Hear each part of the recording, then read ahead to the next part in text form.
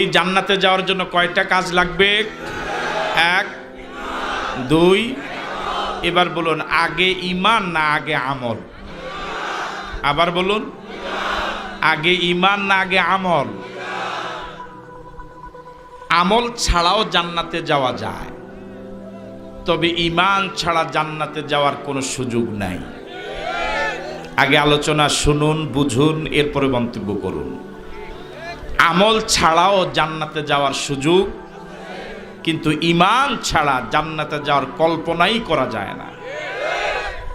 একজন বিধর্মী আজ সকাল 10টায় কালেমা পড়ল, 11টায় মরে গেল, জান্নাতি না জাহান্নামী? 11টার সময় কি জোহরের সময় হয়?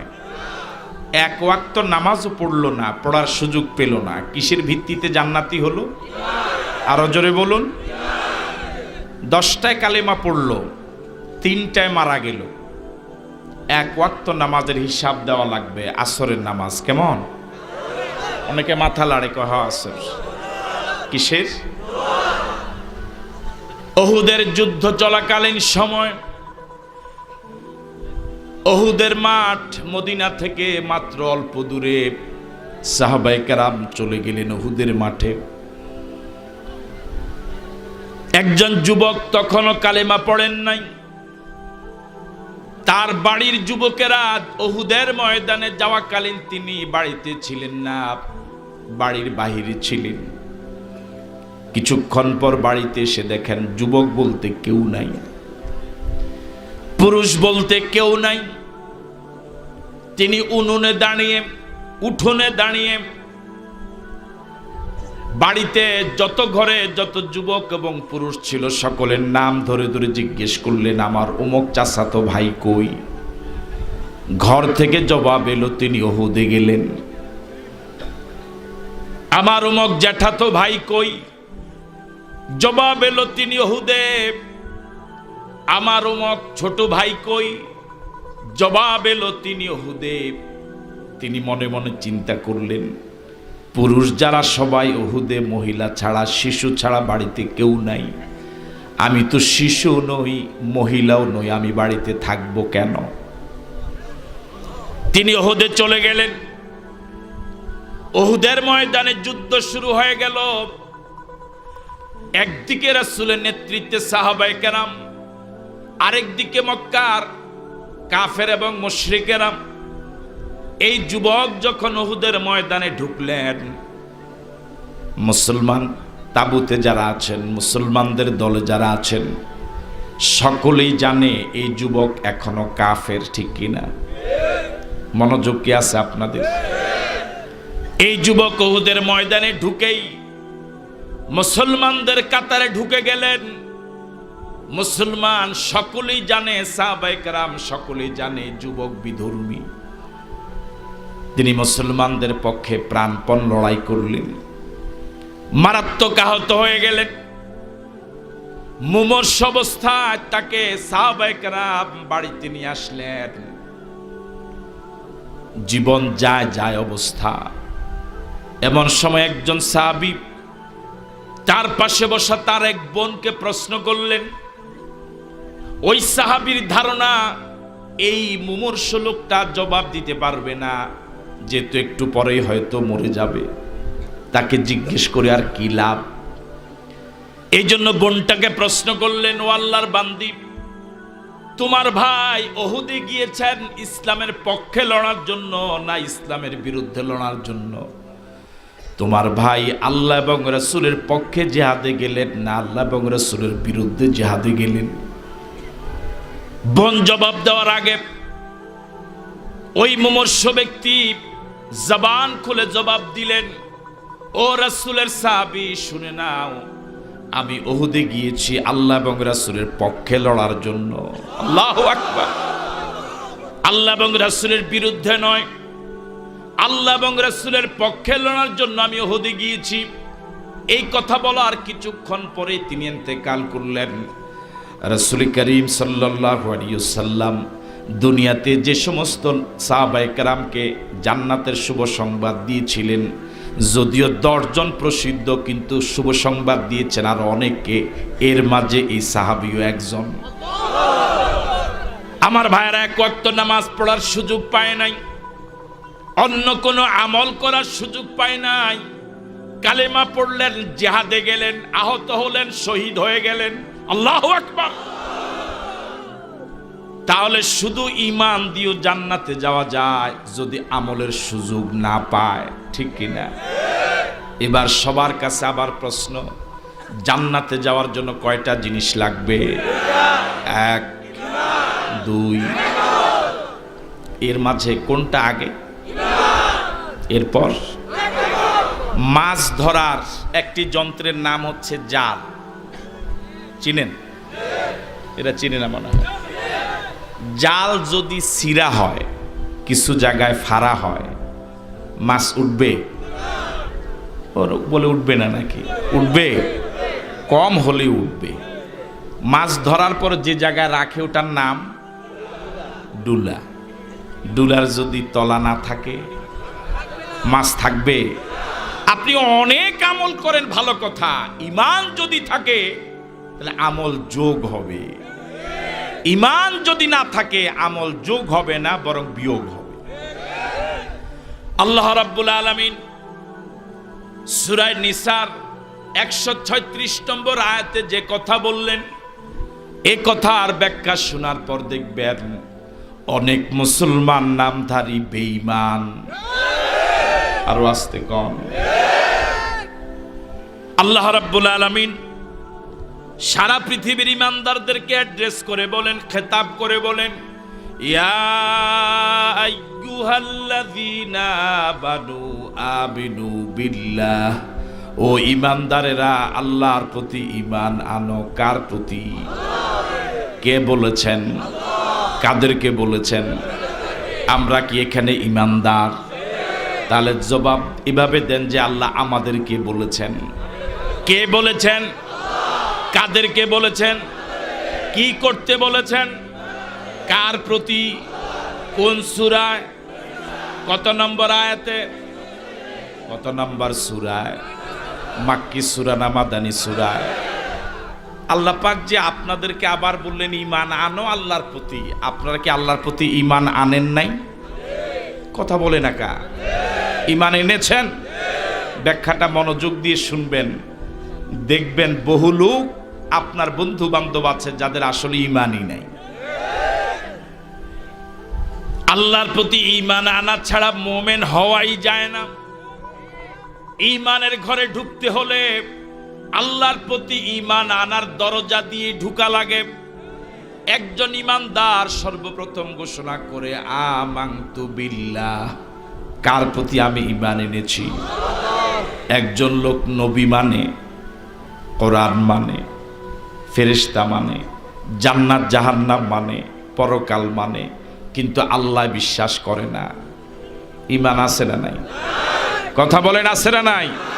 একজনের তাকবীরে তাহরিমা বাঁধল, সূরা কেরাত পড়ল, রুকুতে গেল, তাসবিহ পড়ল, সেজদা গেল, তাসবিহ পড়ল, তাশাহুদ পড়ে ডানে বামে সালাম ফিরালো, কিন্তু ওযু করে নাই।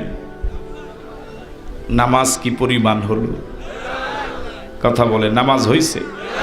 আল্লাহর প্রতি ঈমান আনা ছাড়া মুমিন হওয়াই যায় না, ঠিক কি না? একজন ছাত্র কোনো প্রতিষ্ঠানে ভর্তি হওয়ার পর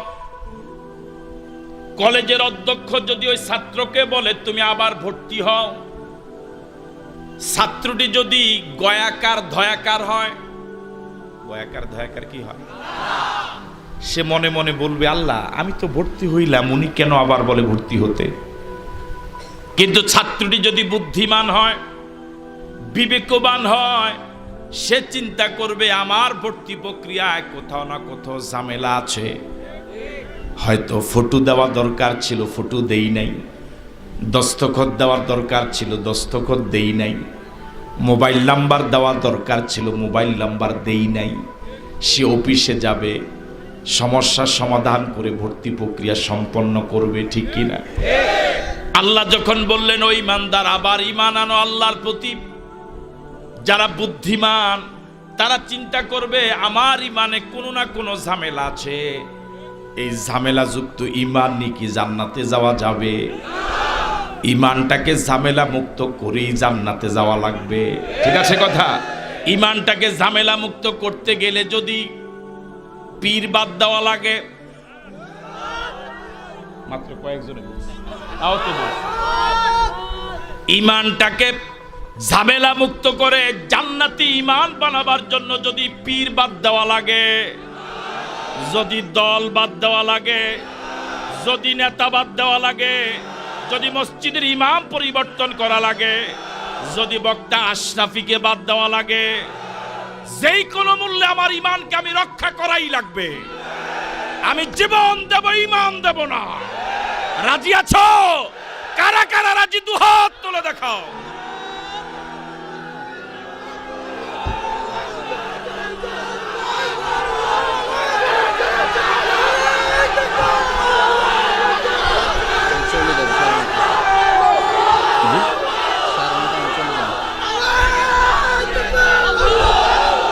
এই জজবা থাকবে কিছু সময়।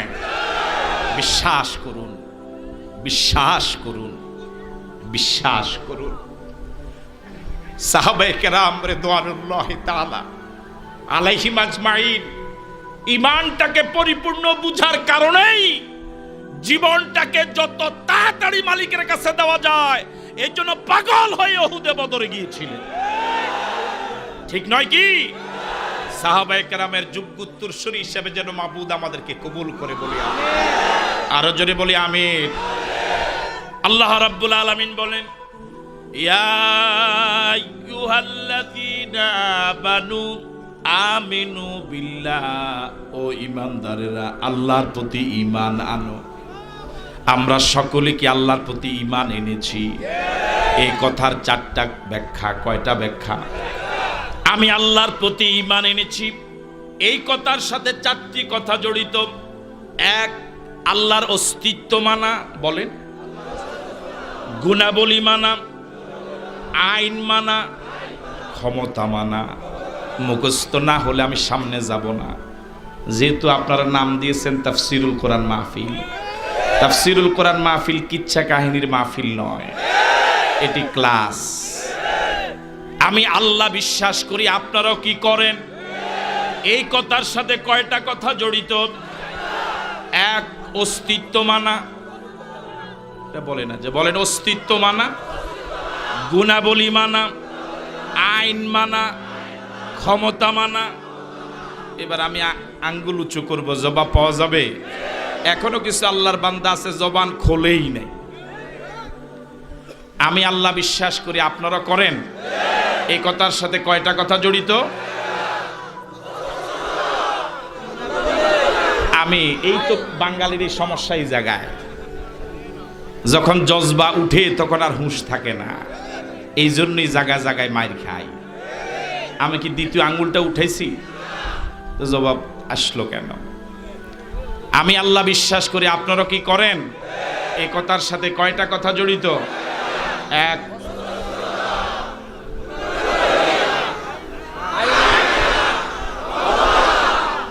কোন আল্লাহর বান্দা যদি অস্তিত্ব মানে, গুণাবলী মানে, আইন মানে, ক্ষমতা মানে, কার? তাহলে সে পরিপূর্ণ ঈমানদার। সে যদি এই চারটা মানার পরে বলে আমি আল্লাহকে মানি, সে সত্যিকার আল্লাহর প্রতি বিশ্বাসী। কেউ যদি তিনটা মানে, দুইটা মানে, একটা মানে, আপনি দেখবেন বহু নামাজি আছে একটাও মানে না, এরপরেও ইমানদার হিসেবে সমাজে পরিচিত। সর্বপ্রথম কি মানা? অস্তিত্ব মানে আল্লাহ নাই। অস্তিত্ব মানে আল্লাহ একজন। কয়জন? তিনি কে? সবাই বলেন আল্লাহ, আবার বলেন আল্লাহ, আরেকবার বলেন আল্লাহ। আল্লাহ যে একজন আছে এটাকে আপনারা সবাই মানেন। আবু জেহেলের নাম শুনছেন? ভালো মানুষ না খারাপ মানুষ? যারা জবাব দেয় না তাদের আত্মীয় মনে হয়। আবু জেহেল মারা গেছে বহু আগে, বর্তমান পৃথিবীতে আবু জেহেলের যোগ্য শুধু মুরিদ নয়, বহু খলিফাও আছে। কথা বলেন ঠিক নয় কি? এই আবু জেহেলরাও আল্লাহর অস্তিত্ব মানত। এ লাগলো পেস, বুঝেন নাই কথা? আপনি কি আল্লাহর অস্তিত্ব মানেন? আল্লাহ একজন আছে এটা মানেন? আবু জেহেলরাও এই প্রথমটা মানত, ওরও বিশ্বাস করত একজন আল্লাহ। তাহলে আল্লাহকে বিশ্বাস, অস্তিত্ব মানলেই যদি ইমানদার হওয়া যায়, তাহলে আবু জেহেলকে ইমানদার বলতে হবে। আপনি কি আবু জেহেলকে ইমানদার বলতে রাজি? তাহলে আবু জেহেল থেকে আলাদা হতে হলে বাকি তিনটা লাগবে।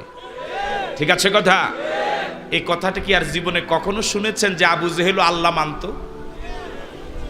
এবার দলিল নেন, কোরআন মজিদ থেকে দলিল শুনুন। ওয়ালা ইন সাআলতাহুম মান খালাকাস সামাওয়াতি ওয়াল আরদ লা ইয়াকুলুন্নাল্লাহ। নবী হে, আবু জেহেল, আবু লাহাব, উতবা, শাইবা, মুগীরা, ওদেরকে যদি আপনি প্রশ্ন করেন, বলো তো দেখি কে বানালো আকাশ, কে বানালো জমিন, ওরা নির্দ্বিধায় দ্ব্যর্থহীন কণ্ঠে বলবে আকাশ এবং জমিন বানাইছে আল্লাহ। লামে তাকিদ নুনে সকিলা, লা ইয়াকুলুন্নাল্লাহ, অবশ্যই আল্লাহ বানাইছে। কার কথা? ওরা লাত মানাত উজ্জার পূজা করত, কিন্তু আকাশের স্রষ্টা হিসাবে লাত মানাত উজ্জাকে বিশ্বাস করত না। আকাশ এবং জমিনের স্রষ্টা হিসাবে কার নাম বলেছে? দলিল হিসাবে কোরআন শরীফের কয়টা আয়াত লাগে? একটা কি যথেষ্ট নয়? এই জাতীয় আয়াত রয়েছে অসংখ্য। এবার দ্বিতীয় দলিল নেন। রাসূল করিম সাল্লাল্লাহু আলাইহি ওয়াসাল্লাম তখনও দুনিয়া আসেন নাই। রাসূলের জন্মের 40 দিন আগের ঘটনা। আব্রাহা বাদশাহ বাইতুল্লাহ ধ্বংস করার জন্য বিশাল হস্তি বাহিনী নিয়ে মক্কার উদ্দেশ্যে রওনা হয়েছে। তখন বাইতুল্লাহর মুতাল্লি ছিলেন রাসূলের দাদা আব্দুল মুত্তালিব। বিশাল গুরু দায়িত্ব তার। বাইতুল্লাহ হেফাজতের জন্য তিনি মক্কাবাসীকে নিয়ে কোনো বৈঠক করেন নাই, কোনো পরামর্শ সভা ডাকেন নাই, নিজেও কোনো পরিকল্পনা নেন নাই। বরং এই কঠিন সময়ে হাতের ছড়ি দিয়ে, লাঠি দিয়ে গাছ থেকে পাতা পেড়ে বকরিকে খাওয়ায়। এমন সময় মক্কাবাসীর বুদ্ধিজীবীরা আব্দুল মুত্তালিবকে ঘেরাও করলেন, প্রশ্নবাণে জর্জরিত করলেন। বললেন, আব্দুল মুত্তালিব, আপনি বাইতুল্লাহর মুতাল্লিব, কিছুক্ষণ পর বাইতুল্লাহ মাটির সাথে মিশে যাবে। আপনি আমাদের সাথে কোনো পরামর্শ করলেন না, নিজেও কোনো সিদ্ধান্ত নিলেন না, তার কারণটা কি? রাসূলের জন্মের 40 দিন আগে আব্দুল মুত্তালিব জবাব দিয়েছিলেন, আমার পরিকল্পনার কোনো প্রয়োজন নাই, বরং আল্লাহর ঘর আল্লাহই রক্ষা করবে। তাহলে রাসূলের জন্মের আগেও জানতো মক্কাবাসী আল্লাহ নাই। কথা বলেন, আল্লাহ আছে। ১৫০০ বছর পরে আধুনিক পৃথিবীতে বহু কুলাঙ্গার বলে আল্লাহর অস্তিত্ব স্বীকার করে। এবার হাদিস থেকে শুনুন, বুখারী শরীফের প্রথম দিকের হাদিস। 40 বছর পর্যন্ত আল্লাহর নবী মক্কায় দাওয়াতি কাজ করেন নাই। করছে? ওরা বলে করেছে। 40 বছর 6 মাস পরে হেরা পর্বতে ধ্যানমগ্ন থাকাকালীন আল্লাহ রাব্বুল আলামিন সূরা আলাকের প্রথম 5 আয়াত নাজিল করলেন। পারেন? পড়েন। ইকরা বিসমি রাব্বিকাল্লাযী খালাক, খালাকাল ইনসানা মিন আলাক, ইকরা ওয়া রাব্বুকাল আকরাম আল্লাযী আল্লামা বিল কলম আল্লামাল ইনসানা মা লাম ইয়ালাম। এই মাত্র নবুয়তের দায়িত্ব পেলেন। দায়িত্ব পেয়ে ঘরে আসলেন। তখন আল্লাহর নবীর একজন মাত্র স্ত্রী ঘরে, তিনি হলেন খাদিজা। রাসূল থেকে 15 বছর বয়সে বড়। রাসূল যখন খাদিজাকে বিয়ে করেন তখন রাসূলের বয়স 25, খাদিজার বয়স 40। এখন রাসূলের বয়স 40, খাদিজার বয়স 55। খাদিজা কিন্তু তখনও জানে নাই নিজে নবী। খাদিজা তখনও কালেমা পড়ে নাই। খাদিজাকে তখনও আল্লাহর নবী কালেমার দাওয়াত দেয় নাই। খাদিজা তখনও জানে নাই নিজে নবী। খাদিজা তখনও জানে ইনি শুধু আমার স্বামী। আল্লাহর নবী ঘরে এসে বললেন, জাম্মিলুনি জাম্মিলুনি, ও খাদিজা কম্বল আবৃত করো, চাদর আবৃত করো, আমার মনে হয় জ্বর আসবে। পরিবারের সদস্য খাদিজাতুল কুবরা তখনও কুবরা হন নাই, কম্বল আবৃত করলেন। আল্লাহ নবীর দেহ মোবারকে স্বাভাবিকতা ফিরে এলো। কিছুক্ষণ পর আল্লাহ নবী খাদিজাকে কাছে ডাকলেন, ডেকে মনের কথাগুলো বললেন, হেরা পর্বতে ঘটে যাওয়া ঘটনাগুলো বললেন। প্রিয়তমা স্ত্রীকে বললেন, ও খাদিজা, হেরা পর্বতে এই ঘটনা ঘটেছে, আমার মন বলে আমি আর বেশি দিন পৃথিবীতে বাঁচব না। এরকম অনেক আবেগপ্রবণ কথা রাসূল বললেন। আল্লাহ নবীর কথাগুলো স্ত্রী খাদিজা শুনলেন মনোযোগ দিয়ে। খাদিজা কিন্তু তখনও জানে নাই নিজে নবী। খাদিজা তখনও কালেমা পড়ে নাই, কালেমার দাওয়াতও তখনও পায় নাই। আমার ভাইয়েরা, এবার খাদিজা স্বামীকে পরামর্শ দেওয়া শুরু করলেন, স্বামীকে সহযোগিতা করা শুরু করলেন। খাদিজা রাসূলকে সান্ত্বনা দিতে গিয়ে যে কথাটা বললেন, শুরু করলেন এভাবে, বর্তমানে তা বুখারী শরীফের হাদিস, ওয়াল্লাহি ওয়াল্লাহি লা ইউখজিকাল্লাহু আবাদা। আল্লাহু আকবার। অপ্রিয়তম স্বামী, অপ্রিয়তম স্বামী, আল্লাহর কসম করে বলি, আল্লাহর কসম করে বলি, 15টি বছর আপনার সাথে দাম্পত্য জীবন কাটালাম, একই ছাদের নিচে চাদর নিচে সময় কাটালাম, আপনার ভিতর বাহির সব আমার জানা। আমার মন বলে এমন ভালো মানুষকে আল্লাহ কখনো বেইজ্জত করবে না। ছোট্ট একটি কালেমা পড়ার আগে আল্লাহর নাম নিয়েছে কয়বার? ওয়াল্লাহে, শুরুই করলো আল্লাহর নাম নিয়ে। আল্লাহু আকবার বলবেন না? কালেমা পড়ার আগেও খাদিজা জানে আল্লাহ নাই। আল্লাহ আছে? আপনাদের কি মন বলে আল্লাহ আছে? আগের মতো আছে না কিছুটা দুর্বল হয়ে গেছে? আগের মতো আছে তো? খাদিজা শপথ করলেন কার নামে?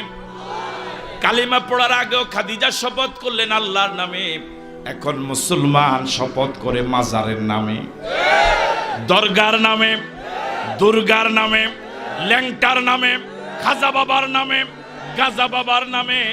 আর যুবকেরা শপথ করে প্রেমিকার মাথায় হাত রেখে। এই জবাবটা একটু ভালো আছে।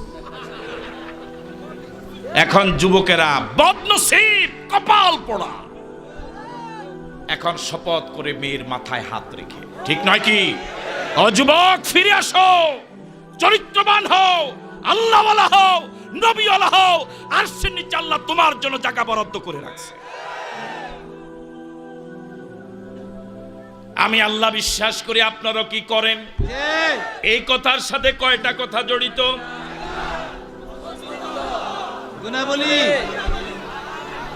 আমি বাকিগুলো বলতে বলি নাই। এক, সবাই বলেন অস্তিত্ব। কি আপনারা বিশ্বাস করেন? আবু জেহেলরাও বিশ্বাস হয়েছে। আবু জেহেলরাও যে বিশ্বাস করতো আল্লাহ একজন, তাহলে এই পর্যায়ে, প্রথম পর্যায়ে আবু জেহেলের সাথে আর আমার সাথে, আপনার সাথে কোনো পার্থক্য নাই। পার্থক্য কি হওয়া দরকার? আগামী 10 বছর পরে, এখনই এখনই। তাহলে দ্বিতীয়টা কি? আমি এমন আল্লাহর অস্তিত্ব মানে যে আল্লাহর কোনো গুণ নাই। যে আল্লাহর গুণ নাই এমন আল্লাহর অস্তিত্ব বিশ্বাস করার কোনো প্রয়োজন নাই। যে আল্লাহর গুণ নাই এমন আল্লাহকে সেজদা দেওয়ার কোনো প্রয়োজন নাই। যে আল্লাহর গুণ নাই এমন আল্লাহর জিকির করার কোনো প্রয়োজন নাই। আমি এমন আল্লাহর অস্তিত্ব বিশ্বাস করি যে আল্লাহ গুণে ভরা।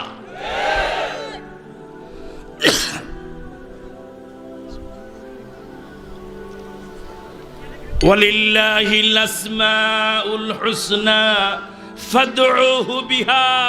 আল্লাহর অনেক সুন্দর সুন্দর গুণবাচক নাম, তোমরা সে নামে আল্লাহকে ডাকো। আমি এমন আল্লাহর জিকির করি যে আল্লাহ রাজ্জাক, রিজিকের মালিক কে? এই গুণ আল্লাহ ছাড়া আর কার আছে? এই গুণ কার? আমি এমন আল্লাহর অস্তিত্ব মানি যে আল্লাহ রিজিক দেওয়ার মালিক, এই গুণটাও মানি। ঠিক আছে কথা? আজকে সভাপতিকে এই বুড়া হুজুর বৃদ্ধ, কেন বৃদ্ধ, আল্লাহ ওনার স্বাস্থ্যটাকে ভালো করে দিন। হুজুর উদাহরণ দিই, আপনি যেহেতু সভাপতি, চামড়া তো ভারী ওর কথা। উনি মনে করে যে রিজিকের মালিক মা দুর্গা। চেহারা যে কালো হয়ে গেছে। ইমান আছে? টুপি আছে? টুপিও নাই নাকি? দাড়ি, জুব্বা, সুরাকেরা তাগের মতোই পারে, তার কি নাই? তাহলে বোঝা গেল বাংলার জমিনে বহু দাড়িওয়ালা, টুপিওয়ালা, লেবাসধারী বেঈমান আছে।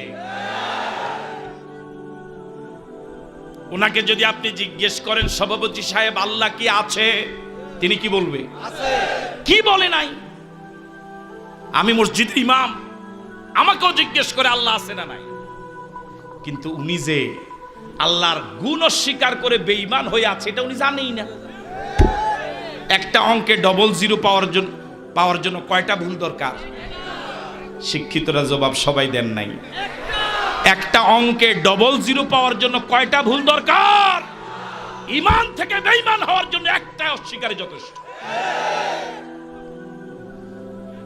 আমি আল্লাহ বিশ্বাস করি, আপনারাও কি করেন? এই কথার সাথে কয়টা কথা জড়িত? এক, দুই, আমি এমন আল্লাহর অস্তিত্ব মানি যে আল্লাহ সন্তান দেওয়ার একমাত্র মালিক, সেই গুণটাও মানি। সন্তান দেওয়ার মালিক কে?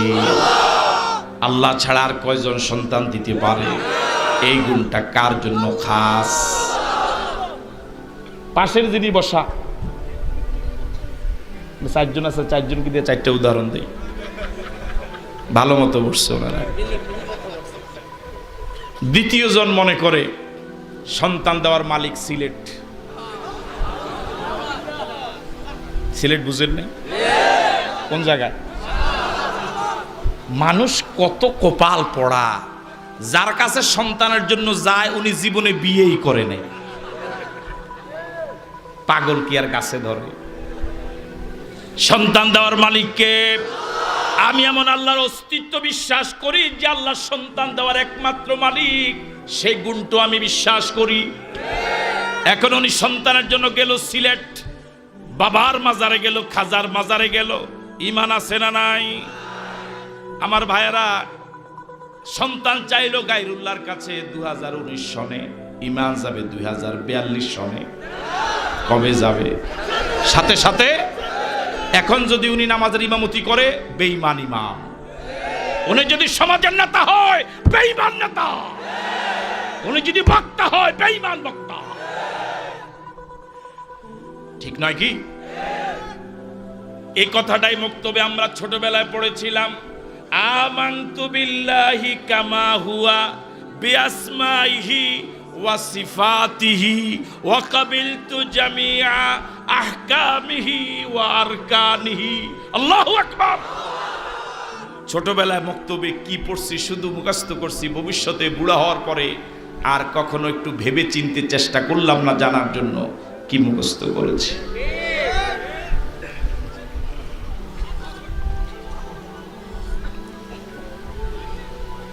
আমি প্রচন্ড অসুস্থ, আল্লাহ যেন তার এই গোলাপটাকে সুস্থ করে। আমি এমন আল্লাহর অস্তিত্ব বিশ্বাস করি যে আল্লাহর সন্তান দেওয়ার একমাত্র মালিক, সেই গুণটা আমি বিশ্বাস করি। আমি এমন আল্লাহর অস্তিত্ব বিশ্বাস করি, এমন আল্লাহর জিকির করি, এমন আল্লাহর তাসবিহ পড়ি, এমন আল্লাহর গুণগান গাই যে আল্লাহ সিজদা পাওয়ার একমাত্র মালিক, এই গুণটাও মানি। সিজদা পাওয়ার একমাত্র মালিক কে? আল্লাহ ছাড়ার কয়জন সিজদা পেতে পারে? একজনও পারে না। এরপরের জন রাগ হবেন না, সুন্দর মানুষ রাগ হলে বেশি খারাপ লাগবে। উনি আল্লাহকে সিজদা দেয়, মাঝে মাঝে মাজারও সিজদা দেয়। ঈমান আছে না নাই? চেহারা সুন্দর না কালো? কথা বলে না কা? এরপরও কি নাই? ঠিক আছে কথা? বাংলাদেশে বহু নামাজি মুসলমান কি এমন আছে যারা গায়রুল্লাহকে সেজদা দেয়? আছে না নাই?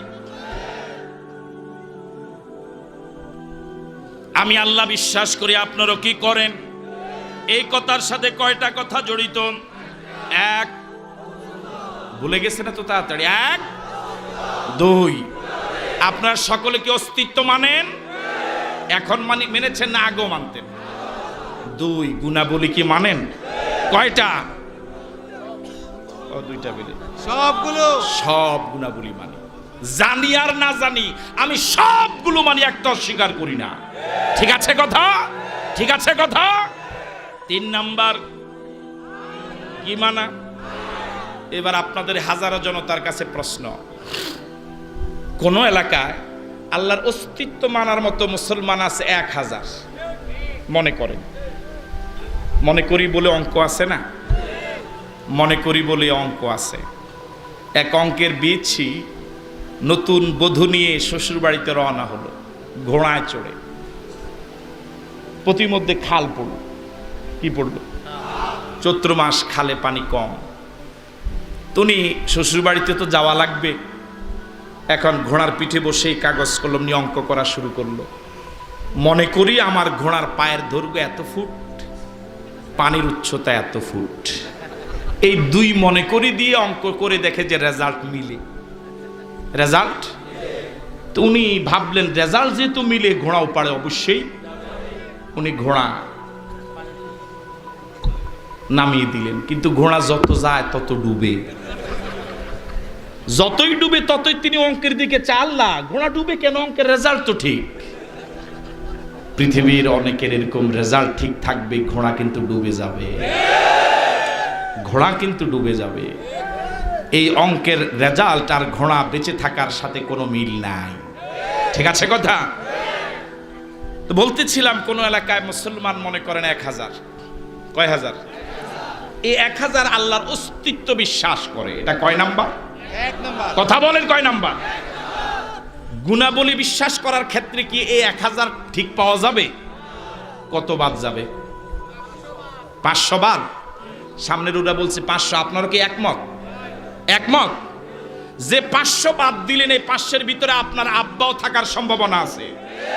যে 500 বাদ দিলেন, এই 500-এর ভিতরে আপনার নেতা থাকার সম্ভাবনা আছে। যে 500 বাদ দিলেন, এই 500-এর ভিতরে আপনার ইমাম থাকার সম্ভাবনা আছে। যে 500 বাদ দিলেন, হয়তো গতবার যার সাথে হজে গেছেন সেও আছে। যে 500 বাদ দিলেন, গতবার যার সাথে কোরবানি দিয়েছেন হয়তো সেও আছে। যে 500 বাদ দিলেন, হয়তো আপনার মেয়ের জামাইও আছে, হয়তো আপনার বেয়াইও আছে, হয়তো আপনার ঘরেই সেই লোক। ঠিক নয় কি? দ্বিতীয় নম্বরে 500 বাদ দিলেন, 4 নম্বরে গেলে দেখবেন আপনি নিজেও হয়তো নাই। ঠিক আছে কথা? আমি আল্লাহ মানি, আপনারা কি মানেন? এই কথার সাথে কয়টা কথা জড়িত? এক, সবাই অস্তিত্ব মানেন। দুই, গুণাবলী সব মানেন। মাজারে আর যাবেন না তো? দরগা দুর্গা সেজদা দিবেন না তো? আল্লাহ ছাড়া কারো গোলামি করা যাবে না তো? আমি এমন আল্লাহর অস্তিত্ব মানি যে আল্লাহর কোনো আইন নাই। আছে? যে আল্লাহ আইন দিতে পারে না, এমন আল্লাহকে সেজদা দেওয়ার কোনো মানে হয় না। আমরা যারা আছি, আমরা মালিক না গোলাম? অনেকে বলতে পারে নাই আমরা মালিক না গোলাম? শুধু কি গোলাম না গোলামের ঘরের গোলাম?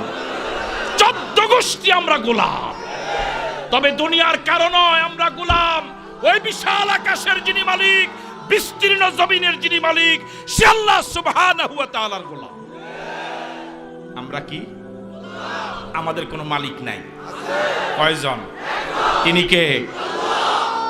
এবার আপনাদের কাছে প্রশ্ন, আইন করা, বিধান করা, হুকুম করা, আদেশ করা, নিষেধ করা, এটা খাও, এটা খেও না, এটা ধরো, এটা ধরিও না, এদিকে যাও, এদিকে যেও না, এটা বলো, এটা বলিও না, এই আদেশ করা, নিষেধ করার অথরিটি, যোগ্যতা, এটা কি মালিকের থাকা উচিত না গোলামদের থাকা উচিত? আমি কি কথাটা বুঝতে পারছি আপনাদেরকে? আইন করা, বিধান করা, হুকুম করার অথরিটি, যোগ্যতা, ক্ষমতা, এটা কি মালিকের হওয়া উচিত না গোলামদের হওয়া উচিত? তাহলে মালিকের দায়িত্ব হলো আইন করবে, গোলামের দায়িত্ব হলো সে আইন অনুযায়ী চলবে। মালিক গোলাম কি বলে এটাকে, আইন অনুযায়ী চলবে না, বরং আইন অনুযায়ী চলবে কারা? গোলামরা আইন তো বানাতে পারেই না। মালিকের কোন আইনের ব্যাপারে মন্তব্য করার অধিকার কোন গোলামের নাই। সব আমরা গোলাম, সব আইন মানে কার? আফা গায়রা দীনিল্লাহি ইয়াবগুন ওয়া লাহু আসলামা মান ফিস সামাওয়াতি ওয়াল আরদ তাওআন ওয়া কারহা ওয়া ইলাইহি ইউরজাউন। ও দুনিয়ার মানুষেরা, এক ফোঁটা পানি দিয়ে তোমাদেরকে এত সুন্দর করে বানালাম, মাথার চুল থেকে পায়ের তালু পর্যন্ত কোটি কোটি টাকার সম্পদ দিলাম, চোখ দিলাম, কিডনি দিলাম, মেমোরি দিলাম, হার্ট দিলাম, বাল্ব দিলাম। দুনিয়াতে যাওয়ার পর আমি আল্লাহকে ভুলে গেলি। অথচ আকাশ এবং জমিনে যা আছে সব কার আইন মানে? ওই বিশাল আকাশ কার আইন মানে? ওই বিশাল সূর্য কার আইন মানে? এই জমিন কার আইন মানে? মারাজাল বাহরাইনি ইয়ালতাকিয়ানি বাইনাহুমা বারযাখুন লা ইয়াবগিয়ান। সাগরের পানিগুলো লবণাক্ত, খাল বিলের পানিগুলো মিষ্টি। আজ পর্যন্ত মিষ্টি পানি লবণাক্ত পানির ভিতরে ঢুকলো না, লবণাক্ত পানি মিষ্টি পানির ভিতরে ঢুকলো না। মাঝখানে কোনো হিজাব নাই, কোনো পর্দা নাই। আইন মানে কার?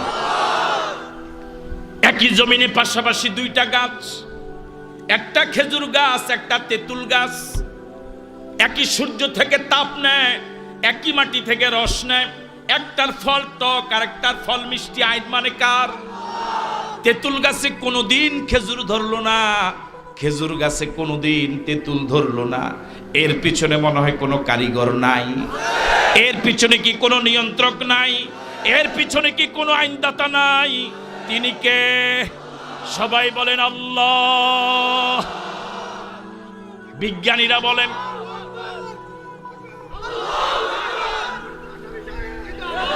ব্যক্তির নামে স্লোগান নয়, স্লোগান হবে আমার মালিকের নামে। আমাদের আর কি মর্যাদা!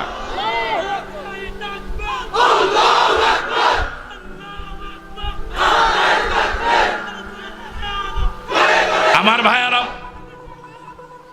বিজ্ঞানীরা বলেন সূর্য পৃথিবী থেকে 13 লক্ষ গুণ বড়। কত গুণ বড়? আপনারা এখানে যারা চাকরি করেন, অফিস আদালত করেন, সরকারের নিয়ম হলো 10টা থেকে 4টা পর্যন্ত অফিস করা। যিনি 10 বছর অফিস করেন এমন একজন চাকরিজীবী কি বুকে হাত দিয়া বলতে পারবেন এই 10 বছরের ভিতরে সময়ের কোনো হেরফের হয় নাই? হয়েছে। কিন্তু ওই বিশাল সূর্য, পৃথিবী থেকে 13 লক্ষ গুণ বড় সূর্য, কোটি কোটি বছর পর্যন্ত পূর্ব আকাশে উদিত হয়, পশ্চিম আকাশে অস্ত যায়। আজ পর্যন্ত একদিনের জন্য হেরফের হলো না। আল্লাহু আকবার। এর পিছনে কি কোনো কারিগর নাই? এর পিছনে কোনো আইনদাতা নাই? এর পিছনে কি কোনো বিধানদাতা নাই? তিনি আর কেউ নন, তিনি আর কেউ নন, তিনি আমার মালিক, তিনি আপনার মালিক, তিনি হলেন আল্লাহ। আইন মানতে হবে কার? আমি এমন আল্লাহর অস্তিত্ব মানি যে আল্লাহর গুণাবলী আছে, সেই গুণাবলীগুলো মানি। যে আল্লাহ আইন দেওয়ার একমাত্র মালিক, সেই গুণটা আমি মানি। ঠিক আছে কথা? এই 30 পারা কোরআন কার আইন? এখানে কোনো মানুষের একটি কথাও আইন হিসাবে নাই, সবটাই কার আইন? আমার ভাইয়ারাম, এই কোরআন শরীফে যত আইন আল্লাহ দিয়েছেন, আল্লাহর প্রতি পরিপূর্ণ বিশ্বাসী হতে হলে সবটাই মানা লাগবে। বুঝে আসুক আর যৌক্তিক হোক আর অযৌক্তিক হোক, তুমি গোলাম, গোলামের ঘরে গোলাম। মালিকের কোন আইনের ব্যাপারে তোমার মন্তব্য করার সাহস থাকার কথা।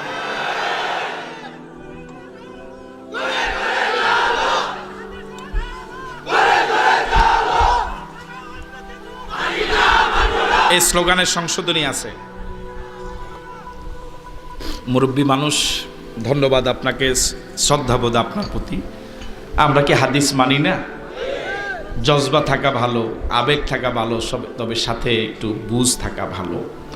সেটা হলো আমরা কোরআনও মানি, হাদিসও মানি, সুন্নাহও মানি। ঠিক আছে কথা?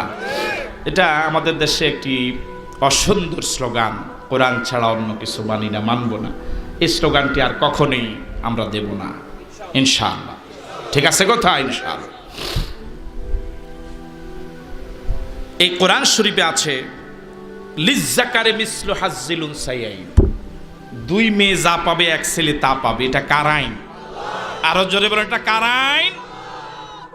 এখন পাশের হুজুর সর্বশেষ যিনি পাগড়ি পরা, উনি মন্তব্য করে বসলো যে না, আমি এটা মানি না, আল্লাহ মহিলাদেরকে ঠকেছে। ঈমান আছে না নাই? পাগড়ি, টুপি, ওকে পাগড়িও নাই নাকি? পাগড়ি তো আছে, টুপি, দাড়ি কি নাই? তাহলে পাগড়ি হলো বেঈমান আছে। ঠিক আছে কথা? ভারতের এর আগের প্রধানমন্ত্রী মনমোহন সিং মাথা কি ছিল?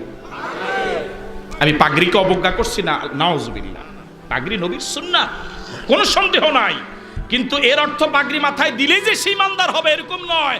যদি তার ইমানের জ্ঞান না থাকে বেঈমান হয়ে যেতে পারে। ঠিক নয় কি আমার ভাইয়ারা? আল্লাহ রাব্বুল আলামিন বলেছেন লিজ্জাকারি মিসলু হাজ্জিল উনসায়াইন, দুই মেয়ে যা পাবে এক ছেলে তা পাবে। এটা দুনিয়ার মানুষের আইন নয়।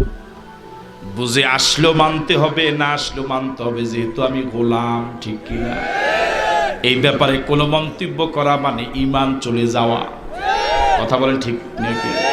মালিকের আইনের ব্যাপারে কোনো প্রশ্ন করা যাবে না, কোনো প্রশ্ন করা যাবে না। আমি আপনাদের কাছে প্রশ্ন রাখতে চাই, প্রতি রাকাতে রুকু কয়টা? একটা। ওরে কথা বলে না। সিজদা কয়টা? কেন?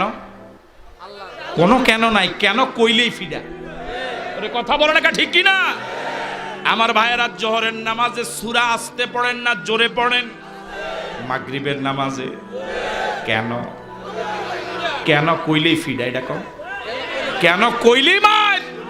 এটা তোমার দলের আইন নয়, এটা তোমার নেতার আইন নয়, এটা তোমার পিসাবের আইন নয়। পিসাবের আইনের বিরোধিতা করলেও তো মুরিদগিরি বাদ হয়ে যায়। অবশ্য আবার গরু ছাগল দিয়ে আবার মুরিদ জোড়া লাগানো যায়, কিন্তু আল্লাহর আইনের ক্ষেত্রে একবার বেঈমান হয়ে গেলে নতুন করে কালিমা পড়ে ইমানদার হওয়া ছাড়া উপায় নাই। আমার ভাইয়ারা, হযরত আলী রাদিয়াল্লাহু তাআলা আনহু বলেন, ইসলামের বিধানগুলো যদি যৌক্তিক হতো, একটি মাসআলা হলো মাসআলাল খুফাইন, মোজার উপর মাসে করা। মাসআলার ব্যাখ্যা হলো ওযু করার পর যদি আপনি চামড়ার মোজা পরিধান করেন, তাহলে মুকিম হলে একদিন এক রাত, মুসাফির হলে 3 দিন 3 রাত। ওযু চলে গেলে পরে অন্যান্য অঙ্গ প্রত্যঙ্গগুলো ধুইবেন, কিন্তু পাও না ধুয়ে শুধু মোজার উপর মাসে করলেই চলে। এটার নাম হলো মাসআলাল খুফাইন। কিন্তু শরীয়তের মাসআলা হলো মাসে করতে হবে 3 আঙ্গুল দিয়ে পায়ের উপরে, পায়ের আঙ্গুল থেকে মাথার দিকে এভাবে। ইমাম হযরত আলী রাদিয়াল্লাহু তাআলা আনহু বলেন, যদি ইসলামের বিধানগুলো যৌক্তিক হতো, তাহলে পায়ের উপর দিয়া মাসের বিধান না হইয়া পায়ের নিচ দিয়া মাসের বিধান হতো। যেহেতু ময়লা লাগলে উপরে লাগবে না নিচে লাগবে, ময়লা লাগলো নিচে, ইসলাম বলে উপর দিয়া মাসে করো। তোমার প্রশ্নের কোনো সুযোগ নাই, এটাই করা লাগবে। ওযু করার পর বিভিন্ন কারণে ওযু ভঙ্গ হয়। এর মাঝে একটি কারণ হলো পিছনের রাস্তা দিয়া বাতাস গেলে ওযু মজবুত হয়। কয়েকজন মাথা লাড়ে কহ, ওযু আছে না নাই? একটু বাতাস গেল ওযু নাই। শরীয়তের মাসআলা হলো তুমি কবজি পর্যন্ত হাত ধোও, কুলি করো, নাকে পানি দাও, মুখমণ্ডল ধোও, কোনই পর্যন্ত হাত ধোও, মাথা মাসে করো, টাকনু পর্যন্ত পাও ধোও। ওযু কি হইছে? পিছনের রাস্তা কি ধোয়া লাগছে? কিন্তু যুক্তি কি বলে, লজিক কি বলে? যুক্তি বলে যেই জায়গার কারণে আমার এত কষ্টের ওযুটা গেল, ওই জায়গাটা অন্তত ধোয়া দরকার, অন্তত মাসে করা দরকার। এটা হলো যুক্তি। কিন্তু ইসলাম বলে ও জায়গা মাসেরও দরকার নাই, ধোয়ারও প্রয়োজন নাই, ওদিকে তাকাবারও কোনো প্রয়োজন নাই, তুমি এমন এমন করো ওযু হয়ে যাবে। তাহলে মালিকের আইনের ব্যাপারে কোনো ফাইজলামি, কোনো মন্তব্য কোনো গোলাম করতে পারে না। নেতার আইনের বিরোধিতা করলেই তো দলীয় পদ থাকে না। আমার ছাত্র আমার আইনের বিরোধিতা করলে তো আমি তাকে মাদ্রাসা থেকে নাম কেটে বের করে দেই। আর তুমি আমার মালিক আল্লাহর আইনের বিরোধিতা করবা, আবার মুসলমান থাকবা, জান্নাতে করবা, এটা কখনো হতে পারে না।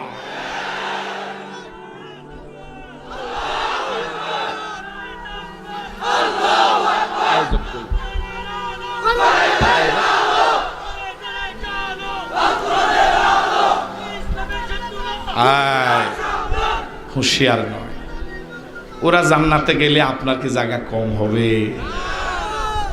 আমরা দোয়া করি, আল্লাহ যারা ইসলাম বুঝে না তুমি সবাইকে ইসলামের বুঝ দিয়া দাও। যারা এখন ইসলাম বুঝে না পৃথিবীর বিভিন্ন অঞ্চলে, ওরাও যদি আপনার সাথে একসাথে জান্নাতে যায়, তখন আপনার যে কি মজা হবে, তখন আপনি বলতে পারবেন কি রে আমার না গালি দিছিলি। ওরে কথা বলে না, বিরক্ত হবেন না তো আপনারা? আর কয়েক মিনিট কি কথা শোনা যাবে? শোনা যাবে? ডক্টর মিজানুর রহমান আজহারী সাহেবকে নিয়ে আসার জন্য বলছি, ওনারা আমার আলোচনা আর কত শুনবে, বিরক্ত হয়ে যাচ্ছে। হ্যাঁ শোনা যাবে? কয় ঘন্টা? সারা রাত? তাবারুক নাই তো?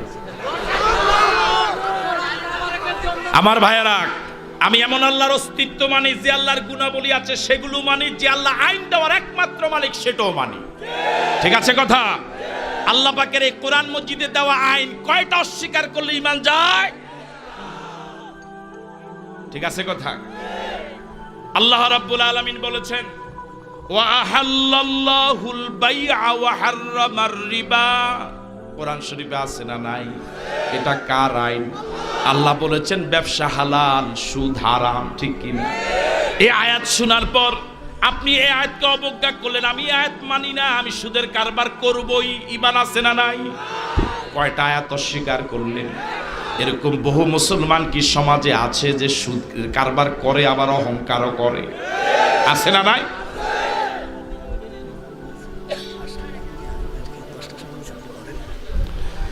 আমার ভাইয়ারা, দুই মেয়ে যা পাবে এক ছেলে তা পাবে, এই আইনটা যদি আপনি যুক্তিও তালাশ করেন তাহলে যুক্তিও পাবেন। একটা ছেলে জন্মের পর থেকে, একটা মেয়ে জন্মের পর থেকে বিবাহ পর্যন্ত তার কোনো খরচ নাই, সবটা খরচ বাবার। মনোযোগ আছে আপনাদের? বিবাহ থেকে শুরু করে মৃত্যু পর্যন্ত সবটা খরচ স্বামীর। শুধু মৃত্যু পর্যন্ত নয়, মৃত্যুর পরে যত কাজ সব খরচ। বিভিন্ন সময় যে দিনে দিনে দোয়া পড়ায়, খরচ কার? আগরবাতি, মোমবাতি, কাফনের কাপড়, হুজুরদের হাদিয়া, সব স্বামীর। বিয়ে করছে? আমার ভাইয়ারা, আবার শুনুন, একটা মেয়ের জন্ম থেকে বিবাহ পর্যন্ত সবটা খরচ বাবার। একটা টাকারও খরচ তার উপর ইসলাম দায়িত্ব দেয় নাই। বিবাহ থেকে শুরু করে মৃত্যু পর্যন্ত, মৃত্যুর পরে যত খরচ সবটা খরচ স্বামীর। ঠিক কিনা? তাহলে একটা মেয়ের জন্ম থেকে মৃত্যু পর্যন্ত একটা খরচও তার উপর ইসলাম চাপায় নাই। আছেন মাঠে আপনারা? এবার শুনুন ছেলের কথা। একটা ছেলে জন্মের পরে শুধু বালেগ হওয়া পর্যন্ত, প্রাপ্তবয়স্ক হওয়া পর্যন্তই বাবার উপর দায়িত্ব তার খরচ বহন করা। বালেগ হওয়ার পরে বাবা যে খরচটা বহন করে, এটা বাবার এহসান, ফরজ নয়। কথা কি বুঝাইতে পারলাম? আমার ভাইয়েরা, প্রাপ্তবয়স্ক হওয়া পর্যন্ত, মৃত্যু পর্যন্ত সবটা খরচ ছেলের। কার? কথা বলেন। আমার ভাইয়েরা, আপনি বিয়ে করতে যান, গাড়ি ভাড়া কার? বাতাসা। গেটের ফিতা কাটার 2000 টাকা, কাজীর 500, যিনি বিয়া পড়ালেন 2000। কথা বলে না কাকা? আবার আমাদের দেশে তো এরকম আছে, মেয়ের ইজি নামতে গেলেও টাকা ছাড়া কবুল বলে না। কত বড় অবস্থা! 500 টাকা দিলেও কবুল বলে। তোমার দাম কি মাত্র 500 টাকা? এই যে 500 টাকা দিল, এটা কার? কথা বলেন। বিয়ে করার পর আসার সময় গাড়ি ভাড়া কার? পরের তারিখে শ্বশুর বাড়িতে যাবে, বড় মাছ কেনা কার? শাশুড়ির জন্য পান সাদা সুপারি কার? আসার দিনে স্ত্রী চাইলো একটা বড় জামা, একটা বড় মোবাইল দিতে হবে, খরচ কার? আরো জোরে বলেন, খরচ কার? আমরা সকলে বলি আলহামদুলিল্লাহ, আরো জোরে সরে বলি আলহামদুলিল্লাহ।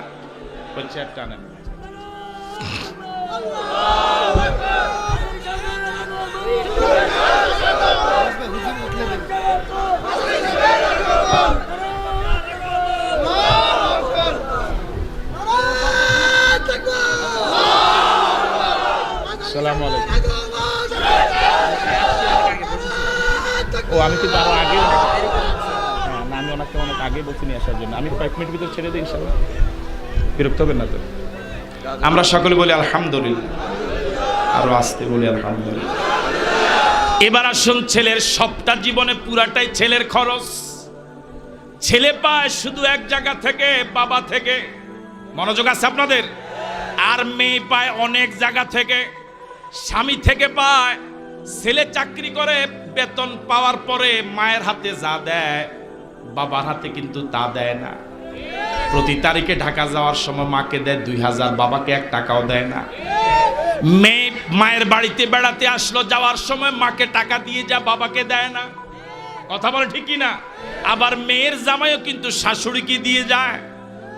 মেয়ে সব জায়গা থেকে শুধু পায়, খরচ জীবনে নাই। ছেলে সব জায়গা থেকে পায় না, সব জায়গায় শুধু খরচ করে, পায় শুধু কয় জায়গা থেকে। এই জন্য আল্লাহ ছেলেকে দিলেন 2 ভাগ, মেয়েকে দিলেন 1 ভাগ। ঠগাইছে না জিতাইছে? আমি উদাহরণ দিতে গিয়ে বলে থাকি, কাঁপতেন। মাঝে মাঝে আমরা চা খেতে যাই দোকানে, তো 4 জন গেলাম। এই বসো।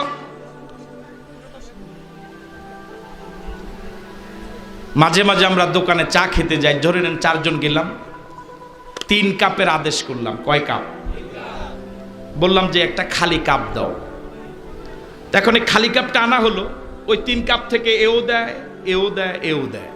শেষ পর্যন্ত দিতে যার খালি কাপ ছিল ও বলে আর দিও না। কথা বলে ঠিক কি না? ওর কাপটা একেবারে টুইটম্বর, আর ওদের কাপ খালি হয়ে গেল অর্ধেকে। ঠিক নয় কি? আল্লাহ কি তোমার থেকে কম বুঝে? আর যদি তোমার কাছে এটা অযৌক্তিক মনে হয়, এরপরে মানতে হবে যেহেতু তুমি গোলাম। আমি আল্লাহ মানি, আপনারাও মানেন। এই কথার সাথে কয়টা কথা জড়িত? 1, জবাব যে ছোট হয়ে গেল। 1, 2, 3, আল্লাহর সব আইন মানেন। একটা অস্বীকার করা। এক এলাকায় 1000 লোক আছে আল্লাহর অস্তিত্ব মানে। গুনাবলীর ক্ষেত্রে আপনারা কয়শো বাদ দিছিলেন? আর আছে কত? আইন মানার ক্ষেত্রে 500-এর ভিতরে কত বাদ যাবে? হ্যাঁ, 250 নাই, নাই। এবার 4 নম্বর হলো ক্ষমতা মানা। আমি এমন আল্লাহর অস্তিত্ব মানি যে আল্লাহর কোনো ক্ষমতা নাই। যে আল্লাহর ক্ষমতা নাই এমন আল্লাহকে সেজদা দেওয়ার কোনো প্রাণে হয় না। যে আল্লাহর ক্ষমতা নাই এমন আল্লাহর জিকির করার কোনো প্রয়োজন হয় না। যে আল্লাহর ক্ষমতা নাই এমন আল্লাহর তাসবিহ পড়ার কোনো মানে হয় না। আমি এমন আল্লাহর অস্তিত্ব মানি যে আল্লাহ সব ক্ষমতার একচ্ছত্র মালিক। সেই আন্নাল কুওয়াতা লিল্লাহি জামিআ, সব ক্ষমতার মালিক আল্লাহ, সব ক্ষমতার মালিক আল্লাহ, সব ক্ষমতার মালিক আল্লাহ। যে মানুষ আমরা নিজেকে ক্ষমতাবান মনে করি, ওই মানুষ সম্পর্কে আল্লাহ বলেন ওয়া খুলিকাল ইনসানু দাঈফা। এই পৃথিবীতে যত মাখলুকাত আল্লাহ বানালেন, সবচেয়ে দুর্বল হলো মানুষ, সবচেয়ে দুর্বল হলো মানুষ। এত দুর্বল, মশার ভয়ে মশারি টানাই। এ পৃথিবীতে সবচেয়ে সাহসী প্রাণী হলো মশা। হুজুরেও কামড়ায়, আজহারিরও কামড়ায়, আশরাফিরও কামড়ায়, ফিসাবরও কামড়ায়। যে পুলিশ দেখলে আপনি দৌড়ান, মশাও পুলিশও দৌড়ায়। কথা বলেন ঠিক কি না? এমনকি কোন কোন ফিসাবরে মরার পরেও কামড়ায়। এর জন্য অনেক মাজারের উপরে দেখবেন মশারি। মুরিদেরা বুঝায় আমার হুজুর এত খারাপ, ওরে জিন্দাও খাইছে, মরার পরেও খায়। সব ক্ষমতার মালিককে, সব ক্ষমতার মালিককে। আপনারা এই রামপুরের এত মাতবার ছোট্ট একটা প্যান্ডেল ঝুলাতে পারলেন না খুঁটি ছাড়া। আমার আল্লাহ বিশাল আকাশ ঝুলালের মাথার উপরে কয়টা খুঁটি লাগলো? বেগাইরে আমাদিন তারাও নাহা, বেগাইরে আমাদিন তারাও নাহা। ওই বিশাল আকাশ ঝুলায় রাখলেন, একটা খুঁটি লাগলো না। এরপরও কি বলবো আল্লাহর ক্ষমতা নাই? সব ক্ষমতার মালিককে। আমি এমন আল্লাহর অস্তিত্ব মানি যে আল্লাহ সব ক্ষমতার মালিক, সেটাও মানি। ঠিক আছে কথা? এবার 3 নম্বরে 250 বাদ দিছিলেন, এখন আছে 250। এই 4 নম্বর ক্ষমতা মানার ক্ষেত্রে বাদ যাবে কত? 50 রাখছে নিজে থাকার জন্য। কত বাদ? 250 বাদ। এখন তো নিজেও নাই। আচ্ছা 200 বাদ। ঠিক আছে কথা? এত নামধারী মুসলমানের প্রয়োজন নাই, সত্যিকার ইমানদার 313 জন এখনই প্রয়োজন। 313 জন ইমানদার যদি হয়, সারা পৃথিবীর ইহুদি, খ্রিস্টান, নাসারা, ইসলাম বিরোধীরা পালাবার জায়গা পাবে না ইনশাআল্লাহ। ওই যুবকেরা এমন ইমানদার হতে কি রাজি আছো? কারা কারা রাজি দুহাত তুলে দেখাও।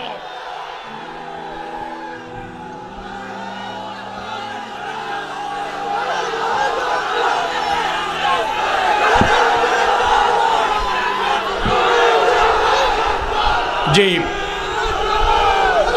থামুন। আপনাদের সকলকে আন্তরিক ধন্যবাদ, মুবারকবাদ জানাচ্ছি।